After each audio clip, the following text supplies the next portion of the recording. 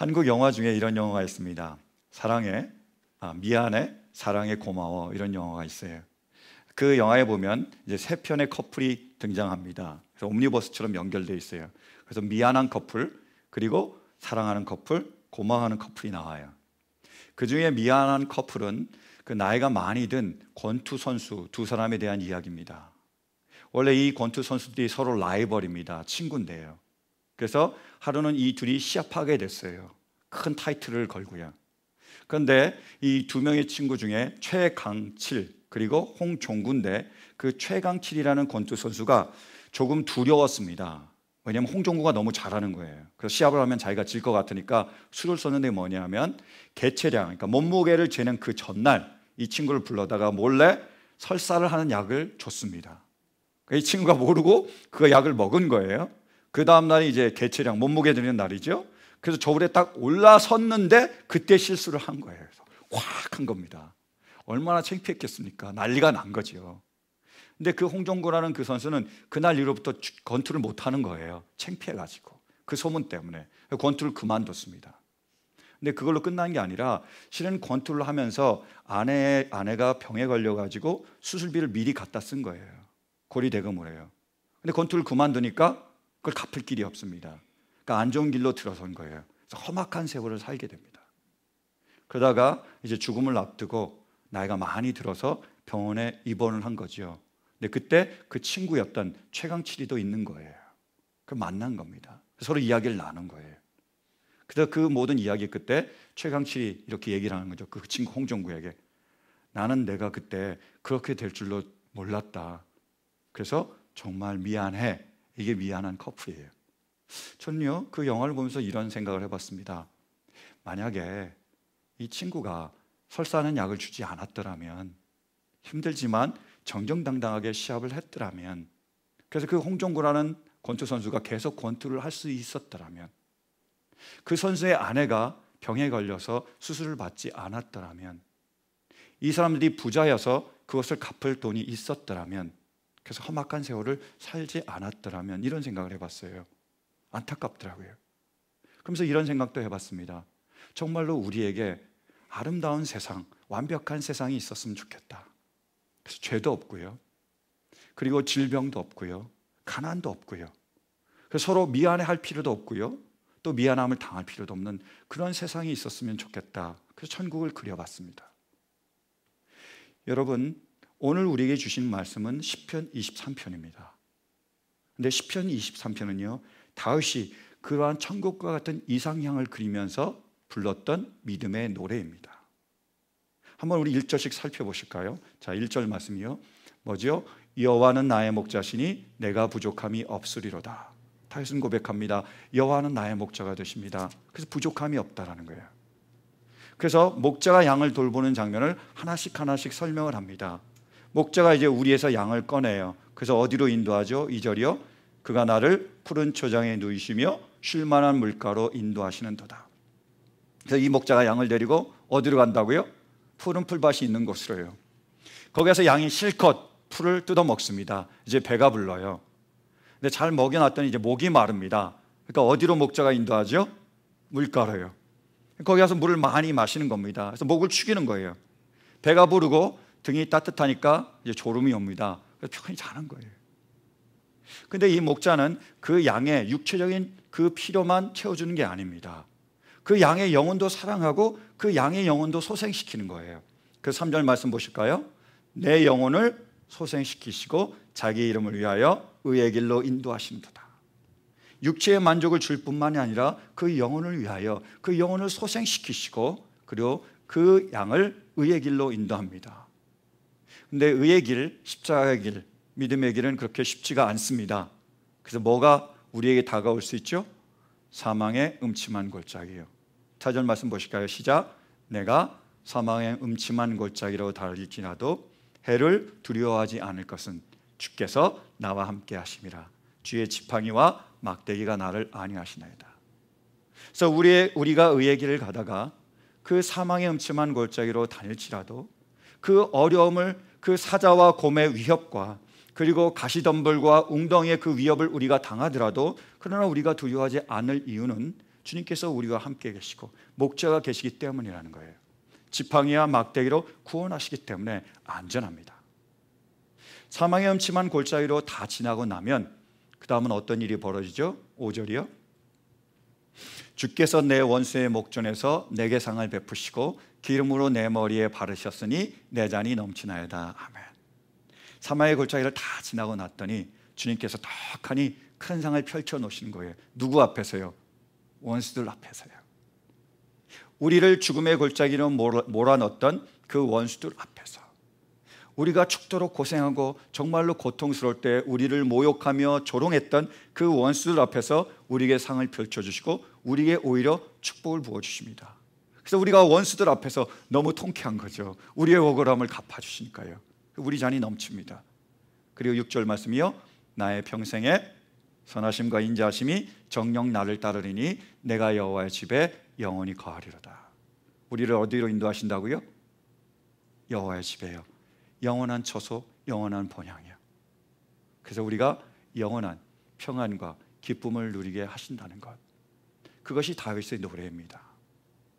그런데 이 다윗은 지금 자기에게 그런 일이 일어났다고 고백하는 게 아닙니다. 지금 다윗은 자기의 현실을 노래하고 있는 게 아니라는 거예요. 무엇을 노래하고 있다고요? 앞으로 주님이 나의 목자가 되시니까 나에게 이런 일들을 이루어 주실 거라는 것을 내가 바라보며 나의 이상을, 나의 꿈을 노래하고 있는 겁니다. 1절 말씀을 우리가 자세히 보면 뭐지요? 여호와는 나의 목자시니 내가 부족함이 없으리로다, 이렇게 말씀했습니다. 근데 그 없으리로다라는 나는 동사를 원어로 살펴보면 미완료형이라는 시제를 쓰고 있어요. 미완료형이 뭐죠? 완료되지 않은 겁니다. 그러니까 끝나지 않은 거예요. 그러니까 과거가 아니고 현재가 아니고 앞으로 일어날 일들에 대한 얘기라는 거예요. 주님이 나의 목자가 되시니까 나는 부족함이 없을 것이다라는 고백입니다. 그래서 영어 성경으로 살펴봐도요, 영어 성경은 이렇게 얘기합니다. The Lord is my shepherd. I shall not be in want. 이렇게 나와 있습니다. 발음이 괜찮습니까? The Lord is my shepherd. I shall not be in want. 뭐죠? 쉘이라는 거예요. 그러니까 이루어질 일을 이야기하고 있습니다. 앞으로 주님이 나의 목자시니까 주님이 이것을 이루어 주실 것이야 라는 고백이, 그 꿈, 그 희망에 대한 노래가 바로 시편 23편입니다. 구조적으로도 마찬가지입니다. 자, 우리에게 주신 본문 말씀이 시편 23편입니다. 그럼 그 전에 있는 말씀은 시편 몇 편일까요? 22편이에요. 여러분들 너무 쉬운 질문을 하면 대답을 안 하는 경향이 있으시죠, 그죠? 너무 쉽습니다. 시편 22편이에요. 근데 시편 22편이 이미 우리가 살펴봤지만 어떤 내용이었죠? 한번 보실까요? 1절, 2절이요. 시편 22편 1절, 2절. 자, 시작. 나의 하나님, 나의 하나님, 어찌하여 나를 버리십니까?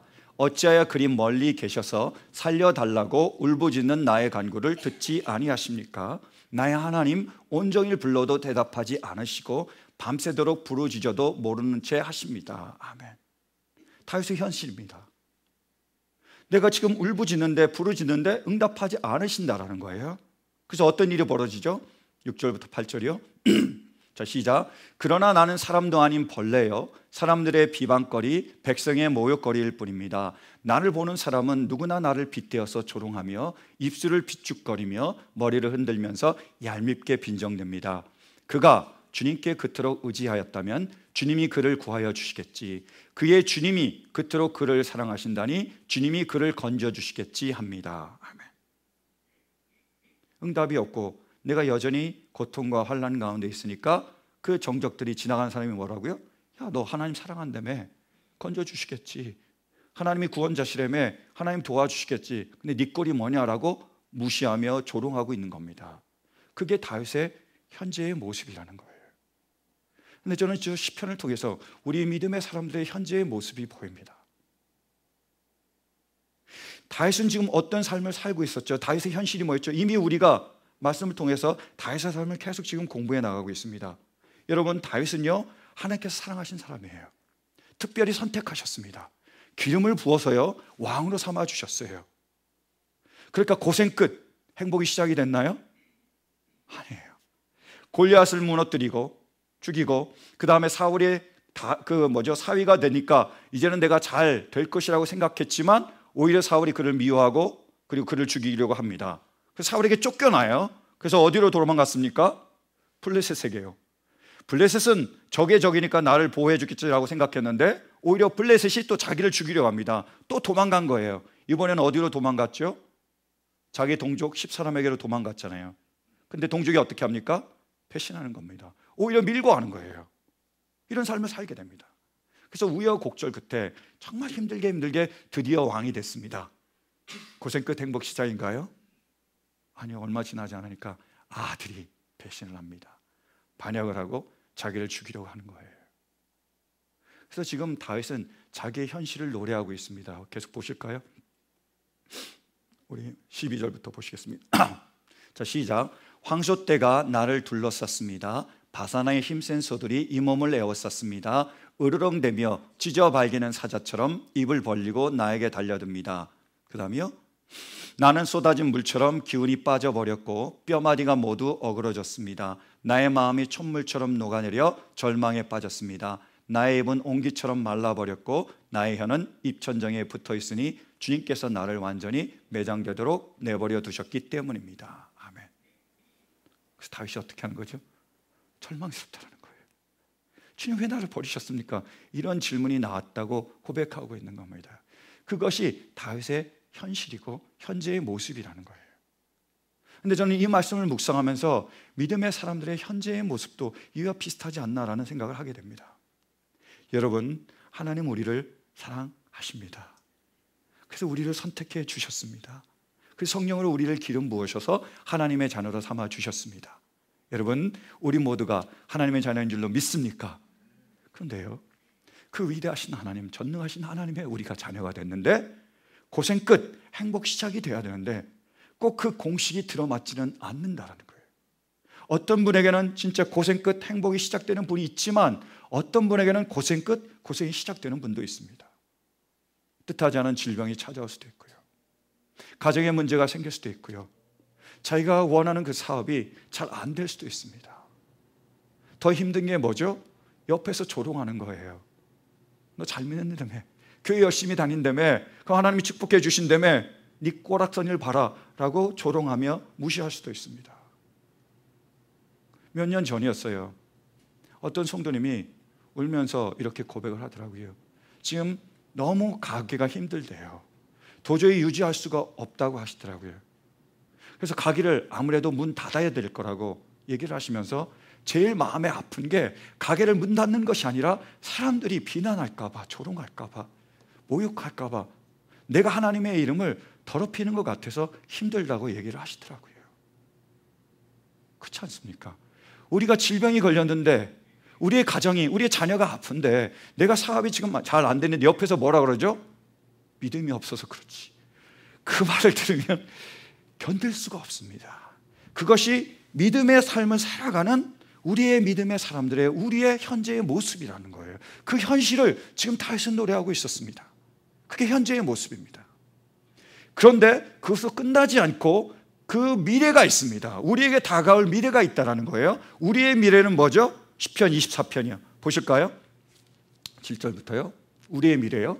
자, 시작. 문들아 너희 머리를 들어라. 영원한 물들아 활짝 열려라. 영광의 왕께서 들어가신다. 영광의 왕이 누구시냐? 힘이 세고 용맹하신 주님이시다. 전쟁의 용사이신 주님이시다. 계속이요. 문들아 너희 머리를 들어라. 영원한 문들아 활짝 열려라. 영광의 왕께서 들어가신다. 영광의 누구시냐? 만군의 주님, 그분이야말로 영광의 왕이시다. 할렐루야. 아멘. 미래가 뭐라고요? 예수님께서 다시 오십니다. 만군의 주시며 만왕의 왕이시며 영광의 왕께서 다시 오신다라는 거예요. 그래서 우리를 그 모든 환난에서 건지시고 우리로 승리케 하시고 하나님과 함께, 주님과 함께 그 승리의 노래를 부르게 하신다라는 거예요. 그것이 우리의 미래입니다. 사랑하는 성도 여러분, 현실이 고통이 있지만 주님께서 다시 오실 것을 믿으십니까? 주님이 우리를 건지시고 우리를 승리케 하실 줄로 믿으십니까? 이게 우리의 미래예요. 그래서 시편 23편은 뭐죠? 시편 22편과 시편 24편에 있는 시편입니다. 우리의 현재와 우리의 미래 사이에 있는 노래예요. 다시 말해서 우리의 현실과 우리의 이상을 연결해주는 다리입니다. 그게 시편 23편이에요. 시편 23편은요 이렇게 표현할 수 있습니다. 현실의 절망과 고통 가운데서 하나님이 이루실 그 일을 소망하며 부르는 노래, 믿음의 고백, 그것이 바로 시편 23편입니다. 사랑하는 성도 여러분, 하나님께서 우리의 이 현실을 통하여 우리가 꿈꾸는 그 아름다운 모습을 이루어 주실 줄로 믿으십니까? Dreams come true. 그 이상이, 그 아름다운 모습이 바로 우리의 현실이 될 줄로 믿으십니까? 그것이 바로 시편 23편입니다. 여기에 해결책이 있습니다. 사랑하는 성도 여러분, 정말로 우리가 꿈꾸는 그 아름다운 완벽한 그 모습이, 여호와께서 목자가 되셔서 부족함이 없는 그 놀라운 완벽함이 우리 가운데 이루어질 수 있기를 간절히 축원합니다. 그러면 하나님께서는 어떻게 우리의 꿈이 현실이 되게 하시죠? How our dreams become true. 어떻게 될까요? 첫 번째로요, 우리의 이상이 현실이 되는 방법은 바로 우리의 행함을 통해서입니다. 우리가 그분의 양이 되면 되는 거예요. 1절 뭐라고 노래하고 있습니까? 여호와는 나의 목자시니 내가 부족함이 없으리로다. 그러니까 여호와께서 목자가 되시면 부족함이 없습니다. 그러면 우리는 뭐가 되면 되죠? 양이 되면 됩니다. 우리가 양이 되면, 그래서 주님이 목자가 되면 우리에게 부족함이 없습니다. 양이란 어떤 의미를 가지고 있습니까? 바로 목자의 음성을 듣는다는 의미를 포함하고 있다는 거예요. 말씀 보실까요? 요한복음 10장이요 3절 4절. 자, 시작. 문지기는 목자에게 문을 열어주고 양들은 그의 목소리를 알아듣는다. 그리고 목자는 자기 양들의 이름을 하나하나 불러서 이끌고 나간다. 자기 양들을 다 불러낸 다음에 그는 앞서서 가고 양들은 그를 따라간다. 양들이 목자의 목소리를 알고 있기 때문이다. 양들은 어떻게 한다고요? 목자의 음성을 알고 따라갑니다. 그래서 푸른 초정과 풀밭, 그리고 쉴 물가로 갈 수 있는 거예요. 목자는요 양들을 좋은 곳으로 인도합니다. 푸른 초장과 쉴만한 물가로 열심히 인도해요. 그래서 쭉 가는데 양들이 그 소리를 듣지 않습니다. 목자가 이렇게 가는데 왜 간섭이야? My life is mine. 내 인생은 나의 것. Don't touch, never bothered me. 뭐 이렇게 얘기하잖아요. 간섭하지 말라라는 거예요. 그러면 목자는 열심히 푸른 초장과 쉴만한 물가로 인도하는데 우리가 가고 싶은 대로 다 가면 우리는 어디로 갈까요? 가시덤불에 가거나 웅덩이에 빠지거나 아니면 사자나 곰을 만날 수가 있는 겁니다. 그래서 우리가 푸른 초장과 쉴만한 물가로 갈 수 있는 방법은요, 목자를 믿고 따라가면 되는 거예요. 목자의 음성을 듣고 우리가 순종하면 주님은 우리를 선한 곳으로, 좋은 곳으로 인도해 주십니다. 얼마 전에요 한 성도님이 신앙 상담을 했습니다. 그분이 회사를 다니는데 회사가 너무 어렵대요. 사장님 너무 푸시를 한대요. 그러니까 너무 간섭하고요. 그래서 많은 그 직원들이 다 나갔대요. 그래서 얼마 남지 않으니까 그 일들을 하긴 해야 되잖아요. 자기에게 너무 많은 그런 짐들이 주어진대요. 너무 힘들어서 견디기 어려워서 이제 못 해먹겠다라고 생각해서 이제 직장을 그만둬야 되지 않을까라고 생각을 하고 저에게 다행히도 상담을 한 거예요. 제가 그 소리를 들었습니다. 제가 목사잖아요. 제가 뭐라고 얘기했을까요? 기도합시다지요. 이렇게 말씀을 드렸어요. 그러면 결정하기 앞서서 일주일 동안 기도를 합시다. 그리고 말씀을 묵상하면서 하나님이 우리에게 주신, 성도님에게 주신 말씀이 무엇인지 살펴보기 원합니다. 그리고 나서 그 말씀에 따라서 결정을 했으면 좋겠습니다 라고 권유를 드렸어요. 근데 이분이 오케이 했습니다. 그래서 일주일 동안 우리가 기도하며 말씀을 묵상하고 있었어요. 근데 그 사이에 일이 벌어진 거예요. 그 주인이 그 성도님을 불렀습니다. 따로요. 혼자만 식당으로. 그래서 자기의 그 속에 있는 모든 이야기를 다 얘기를 했대요. 근데 그 이야기를 다 듣다 보니까 그 사장님이 큰 픽처를 가지고 있고, 그리고 사업적으로 아주 뜨인 분이고 자기가 존경할 분이라는 것을 알게 됐대요. 이야기를 하면서요. 그리고 더 확정적인 것은 뭐냐면 그때 금일봉도 건네주셨대요. 너무 좋은 거죠. 자기를 위한다는 것을 알았으니까, 그리고 이분을 따를 만하다는 것을 알았으니까. 그래서 그분이 나왔겠습니까? 나오지 않았겠습니까? 저 같아도 안 나오지요. 그렇게 믿고 신뢰해주고 돈까지 주는데요, 어떻게 나오겠어요? 해결이 된 겁니다. 어째서요? 주님이 목자시니까요. 내 생각대로 나는 나가야지, 다녀야지라고 결정하지 않고, 내 마음대로 결정하지 않고 그 음성을 구했습니다. 어떻게 할까요? 그리고 말씀하셨을 때 그 음성을 따랐습니다. 하나님께서 역사하시는 거예요. 푸른 초장과 풀밭으로 인도해 주신 겁니다. 사랑하는 성도 여러분, 우리 주님이 목자이심을 믿으십니까? 그래서 우리를 푸른 초장과 쉴만한 물가로 인도하심을 믿으십니까? 믿는다면 바라는 것은 우리가 그분의 양이 되길 바라요. 양은 뭐라고요? 그 음성을 듣는 겁니다. 목자가 아무리 우리를 푸른 초장으로 물가로 인도해도 우리가 반항하고 따르지 않으면 절대로 그것은 이룰 수가 없습니다. 그것에 이룰 수 있는 방법은 그 말씀을 듣고 따르는 겁니다. 사랑하는 성도 여러분, 우리가 주님의 양이기에, 주님이 우리의 목자시기에 그분의 말씀을 믿고 따름으로 푸른 초장으로 쉴만한 물가로 나아가는 우리 모두가 되시기를 간절히 축원합니다. 두 번째로요, 우리의 꿈이 현실이 되는, 우리의 이상이 우리의 현실이 되는 그 이유는 주님이 목자시기 때문입니다. 피어드예요. 여호와가 목자가 되시기에 우리에게는 부족함이 없습니다. 여호와는 나의 목자시니, 이 말을 원어로 살펴보면요, 목자시다, 우리는 동사처럼 나와 있지만 그 원어는 분사입니다. 분사라는 말은 뭐냐면 시제가 없어요. 과거도 현재도 미래도 될 수 있다라는 의미를 가지고 있습니다. 여러분, 과거에도 사실이고 현재도 사실이고 앞으로 미래에도 사실인 것을 우리가 뭐라 그러죠? 진리라고 얘기합니다. 다시 말해서 주님이 나의 목자가 되신다는 게 뭐라고요? 진리예요. 그것이 대전제입니다. 주님이 누구시라고요? 우리의 목자시래요. 주님이 우리의 목자시니까, 우리를 선택하셨으니까, 우리를 사랑하시니까, 우리를 돌보시니까, 비록 우리의 현실은 이렇게 어려울지 모르지만 우리의 미래에 하나님은 그 아름다운 일을, 그 완벽한 일을 우리를 위해서 행해 주십니다. 한번 말씀 보실까요? 요한일서 4장 16절부터 19절, 제가 참 좋아하는 말씀인데요. 자, 시작. 우리는 하나님이 우리에게 베푸시는 사랑을 알았고 또 믿었습니다. 하나님은 사랑이십니다. 사랑 안에 있는 사람은 하나님 안에 있고 하나님도 그 사람 안에 계십니다. 사랑이 우리에게서 완성되었다는 사실은 이 점에 있으니 곧 우리로 하여금 심판날에 담대함을 가지게 하려는 것입니다. 우리가 이렇게 담대해지는 것은 그리스도께서 사신 대로 또한 우리도 이 세상에서 그렇게 살기 때문입니다. 사랑에는 두려움이 없습니다. 완전한 사랑은 두려움을 내쫓습니다.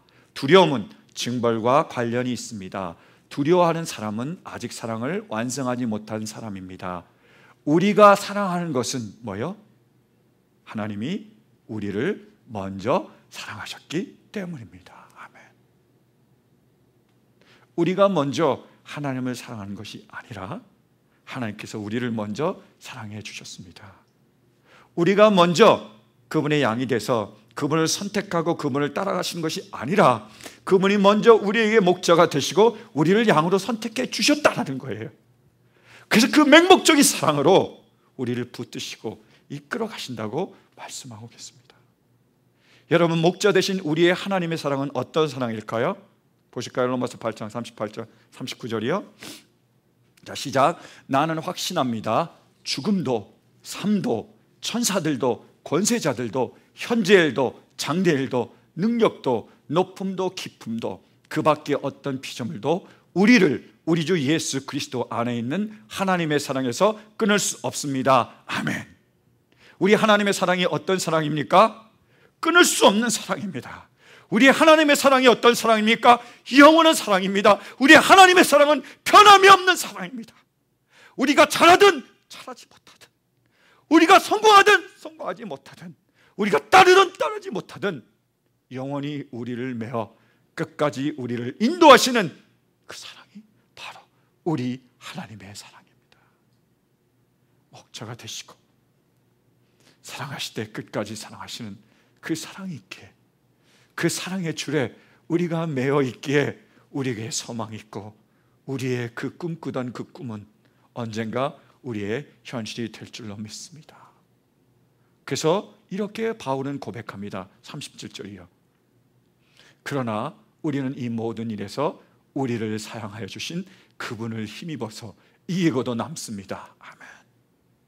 어떻게 이긴다고요? 우리를 사랑하여 주신 그분 때문에요. 우리의 목자가 되신 그분 때문에요.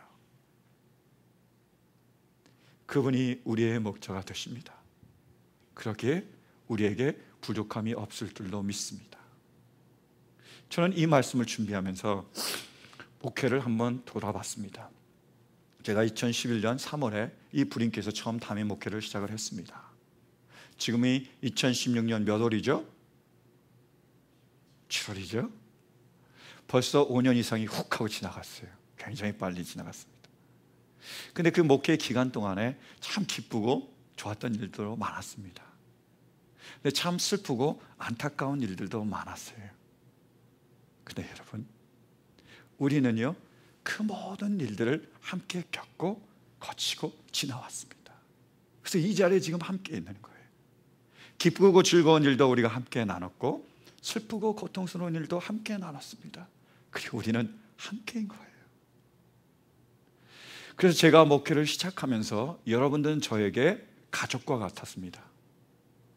근데 지금이요, 여러분들은 저에게 더 이상 가족과 같지 않습니다. 가족이 더 이상 가족과 같지 않고 가족입니다. 그래서 저는 여러분들의 집에 숟가락이 몇 개 있고 젓가락이 몇 개 있는 것도 다 압니다. 설교 끝나고 물어보지 마시기 바랍니다. 그래서 여러분들의 삶이 제 삶의 일부고요, 여러분의 기도 제목이 제 기도 제목이에요. 그래서 목회를 하면서 저는 많은 사랑과 많은 섬김을 받았어요. 그래서 제가 목회를 하면서 버킷리스트가 있습니다. 꼭 하고 싶은 것 중에 하나가요, 책을 쓰는 겁니다. 제목도 아시잖아요. 불임교회 이야기. 그래서 제가 써나가고 있습니다. 그래서 딱 한 줄 썼어요. 지금 불임교회 이야기.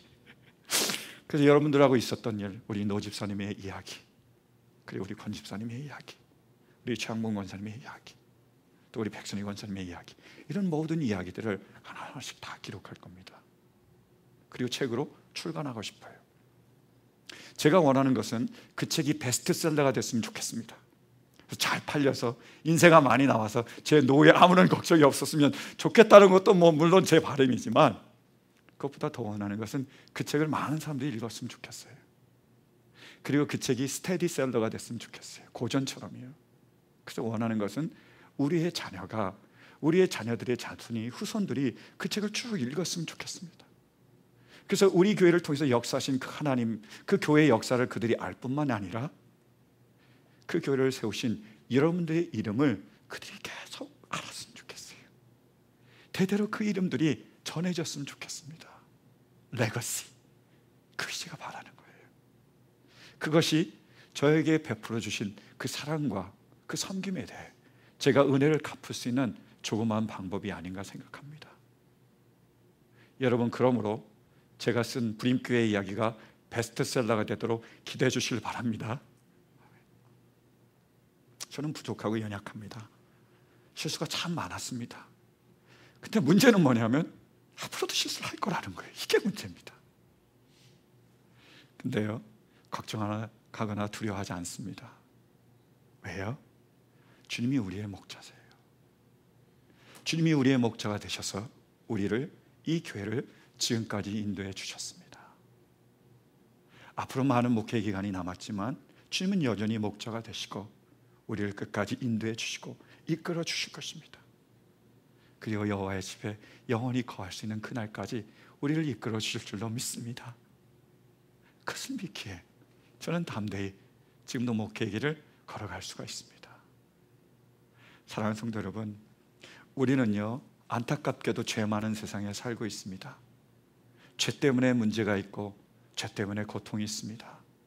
죄 때문에 질병도 있고요, 때로는 가난도 있고요, 때로는 인간관계의 아픔도 있고요. 때로는 우리가 지은 죄 때문에 미안해할 수도 있고, 때로는 다른 사람들이 우리를 향해서 그 행하는 그런 죄 때문에 우리가 가슴 아파할 수도 있습니다. 혹시 여러분 지금 그렇게 힘들고 어려운 순간을 맞이하고 있습니까? 내 자신의 질병 때문에, 아니면 내 부모님이나 내 자녀의 질병 때문에 괴로워하고 계십니까? 아니면 지금 재정적인 어려움 때문에 힘들어하고 계십니까? 아니면 인간관계 때문에 어떤 사람과의 그 씻을 수 없는 그 상처와 그 아픔 때문에 힘들어하고 계십니까? 여러분, 그러나 조금만 더 견뎌낼 수 있기를 간절히 바랍니다. 조금만 더 힘내시길 바랍니다. 그리고 버티어 설 수 있게 되길 간절히 바랍니다. 왜요? 주님이 우리의 목자가 되십니다. 주님은 반드시 우리를 푸른 초장과 쉴 만한 물가로 인도해 주실 것입니다. 우리의 영혼을 소생시키시며 우리의 길로 인도해 주실 것입니다. 우리가 사망의 음침한 골짜기로 다닐지라도 주님은 우리와 동행하시며 그 골짜기를 지나도록 인도해 주실 것입니다. 그리고 원수 앞에서 턱하니 큰 상을 펼쳐놓고 우리의 모든 억울함을 갚아주시고 우리가 그것을 즐길 수 있도록 허락해 주실 것입니다. 그리고 우리를 영원한 하나님의 집으로 인도하시고 우리 눈에서 이 눈물을 닦아주시고 잘했다 칭찬해 주시며 상급으로 갚아주실 줄로 믿습니다. 사랑하는 성도 여러분, 여호와는 나의 목자시니 내가 부족함이 없으리로다. 이것이 이 현실의 고통 가운데서 우리가 드리는 믿음의 고백이 될 수 있기를 바랍니다. 여호와는 나의 목자시니 내가 부족함이 없었습니다. 이것이 언젠가 하나님의 때에 우리가 나눌 삶의 간증이 될 수 있기를 간절히 축원합니다. 사랑하는 성도 여러분, 우리의 주님이 우리의 목자 되심을 믿습니까? 우리 이 시간 믿음의 고백을 드릴까요? 저와 함께 믿음의 고백을 드리도록 하겠습니다. 여호와는 나의 목자시니 내가 부족함이 없으리로다. 한 번만 더 하실까요? 여호와는 나의 목자시니 내가 부족함이 없으리로다. 이 믿음의 고백이 이 힘들고 어려운 현실을 이겨낼 수 있는 하나님의 큰 은혜가 될 수 있기를 간절히 축원합니다. 우리 이 믿음을 담아 하나님께 찬양으로 영광 돌리시겠습니다. 다 일어서 주시기 바랍니다.